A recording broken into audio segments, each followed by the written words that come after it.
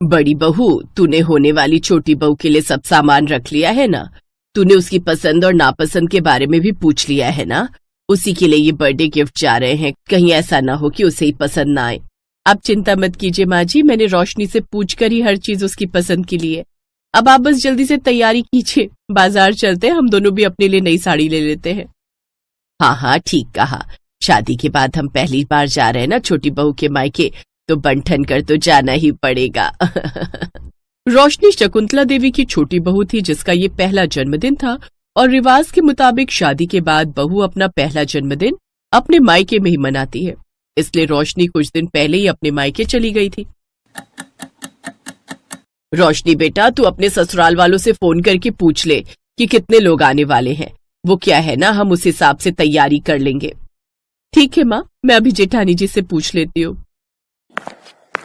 रोशनी अपनी जेठानी को फोन करती है। दीदी, वो माँ पापा पूछ रहे हैं कितने लोग आने वाले हैं, वो खाने की तैयारी भी करवानी है ना। आप बता दीजिए ना सबको क्या पसंद है, उसी हिसाब से खाना बनवा लेंगे। अब मेरी शादी को तो 3 महीने हुए हैं, तो मुझे ठीक से सबकी पसंद नापसंद भी नहीं पता। आप बता दीजिए ना, उसी हिसाब से हलवाई वाले को मेन्यू बता देंगे। रोशनी, तुम लोग इतनी टेंशन मत लो, ये सब तो घर वाली बात है। तुम रोटी सब्जी भी बना दो, हम सब वो भी खा लेंगे। वो तो मैं जानती हूँ जेठानी जी, आप सब लोग बड़े प्यारे हो। अगर हम चटनी के साथ भी रोटी परोस देंगे तो आप उसमें भी खाना खा लेंगे। लेकिन फिर भी मेरे माँ पापा की इच्छा है कि वो आप सबका खूब आदर सत्कार करे। अब आप बताइए ना किसको क्या पसंद है। अच्छा ये बात है, तो ऐसा करना, शाही पनीर, दाल मखनी, मिक्स वेज, बूंदी रायता, कोफ्ते, नान और राइस बनवा लेना। ये मेन्यू सभी घर वालों को पसंद आ जाएगा। और मीठे में दीदी, माँ जी को मीठे में क्या पसंद है? उन्हें मीठे में गाजर का हलवा बहुत पसंद है। उन्हें क्या, वो तो बाबूजी को भी पसंद है। इनफैक्ट पूरे परिवार को पसंद है, तो मीठे में गाजर का हलवा ही रखवा लेना। और हाँ, माँ जी के लिए सरसों का साग भी बनवा लेना। रोशनी की जेठानी इस तरह उसको खाने का मेन्यू बता देती है। माँ, जेठानी जी कह रही उन सबको मीठे में गाजर का हलवा पसंद है, तो मीठे में गाजर का हलवा ही बनवाना। गाजर का हलवा? अच्छा ठीक है, कोई नहीं, मैं अभी हलवाई को फोन कर देती हूँ। रोशनी की माँ आशा देवी हलवाई को फोन करके गाजर का हलवा बनाने को बोलती हैं।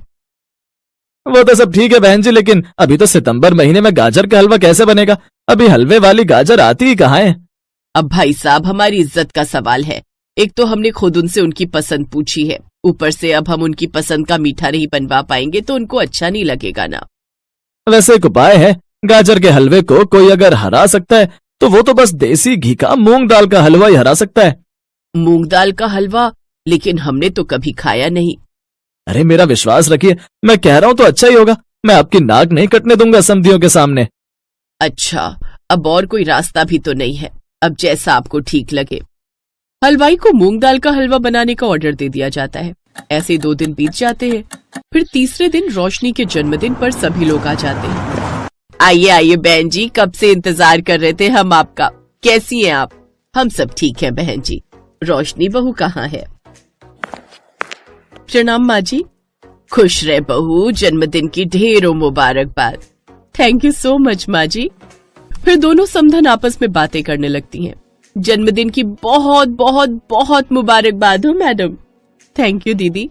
ये ले तेरे बर्थडे गिफ्ट्स। ये सब बर्थडे गिफ्ट्स मैंने ही पसंद किए, घर वालों ने तो सब जिम्मेदारी मेरे सर पर ही डाल दी है।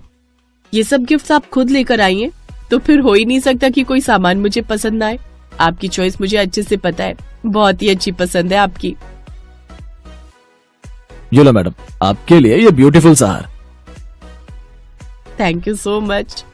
हाँ, लेकिन मेरी वाइफ से ज्यादा नहीं। बस रिवाज के मुताबिक तुम अपना पहला बर्थडे यहाँ मना लो, इसके बाद के सब बर्थडे तुम अपने ससुराल में ही मनाओगी।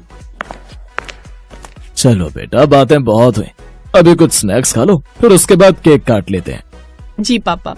फिर सभी स्नैक्स खाते हैं, जिसके बाद रोशनी अपने परिवार वालों और ससुराल वालों के साथ मिलकर केक काटती है। केक काटने के बाद, अच्छा रोशनी, गाजर का हलवा बनवाया ना माँ जी के लिए? दीदी, गाजर का हलवा तो नहीं बन पाया, लेकिन हाँ, मूंग दाल का हलवा बनवाया है। उम्मीद है कि माँ जी को खूब पसंद आएगा। क्या? मूंग दाल का हलवा? मूंग दाल के तो नाम से ही माँ जी चिढ़ जाती हैं। कहीं ऐसा ना हो कि माँ जी गुस्सा हो जाए। और लोग तो तब भी खा लेंगे, लेकिन माँ जी शायद नहीं खाएंगी। क्या? अच्छा, मैं अभी आई दीदी। रोशनी झट से अंदर गई और अपने भाई और माँ से बोली, जेठानी जी का कहना है कि माँ जी को मूंग दाल का हलवा पसंद ही नहीं है, कहीं ऐसा ना हो कि वो गुस्सा हो जाए। क्या? ये क्या हो गया? एक काम करता हूँ, मैं अभी जाकर किसी दुकान पर पता करके आता हूँ, गाजर का हलवा लेकर आता हूँ। रोशनी का भाई अब आसपास की दुकानों में जाकर गाजर के हलवे का पता करता है। आपकी दुकान पर गाजर का हलवा मिल जाएगा क्या? आजकल कहाँ गाजर का हलवा मिलता है भाई साहब, कोई और मिठाई ले लो। नहीं नहीं। थक हार कर वो घर लौट आता है। कुछ देर बाद कहीं भी हलवा नहीं मिला। आजकल गाजर का सीजन ही नहीं है, तो कहाँ से मिलेगा। खैर कोई बात नहीं, इतने समझदार तो वो भी हैं, अब वही परोस दो जो है।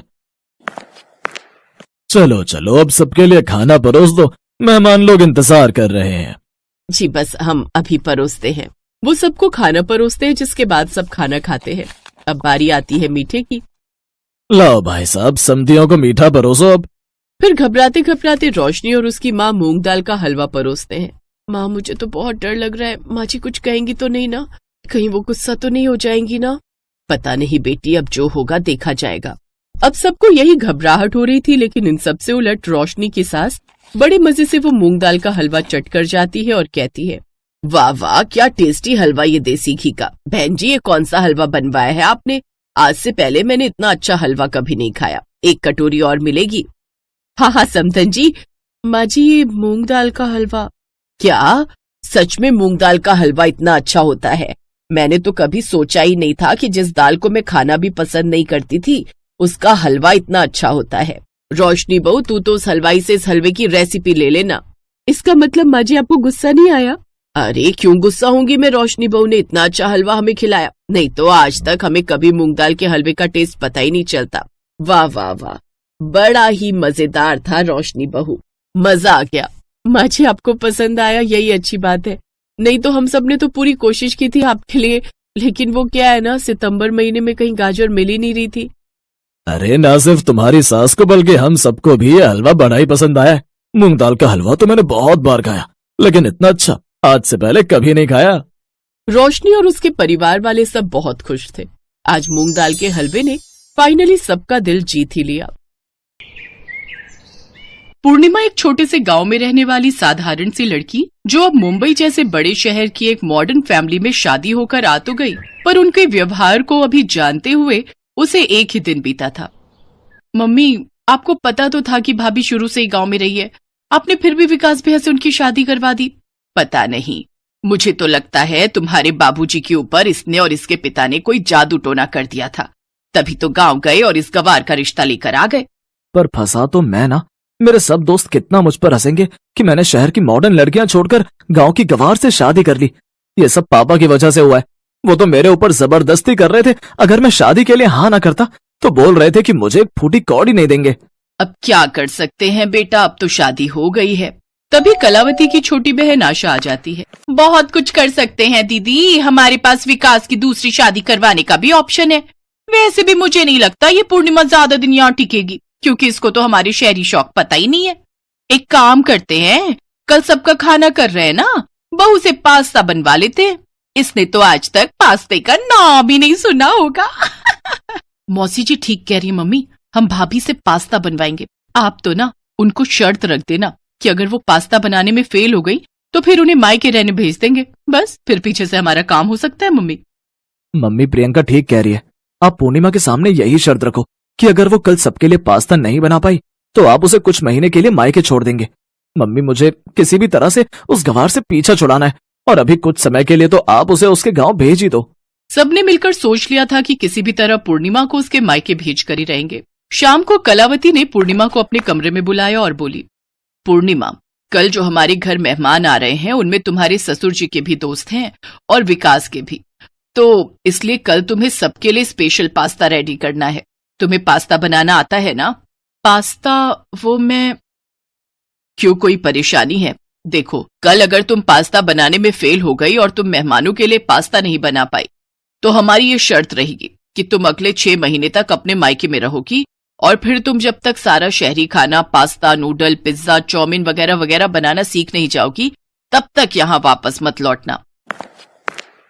अरे दीदी पहले बहू को पास्ता बनाने तो दो, क्या पता ये बना ले और इसे मायके जाने की नौबत ही ना आए। जाओ बहू तुम कमरे में जाकर आराम करो, कल फिर सबके लिए पास्ता भी बनाना है ना। पूर्णिमा अपने कमरे में चली जाती है। कलावती और आशा एक दूसरे को देखकर हंसने लगती हैं।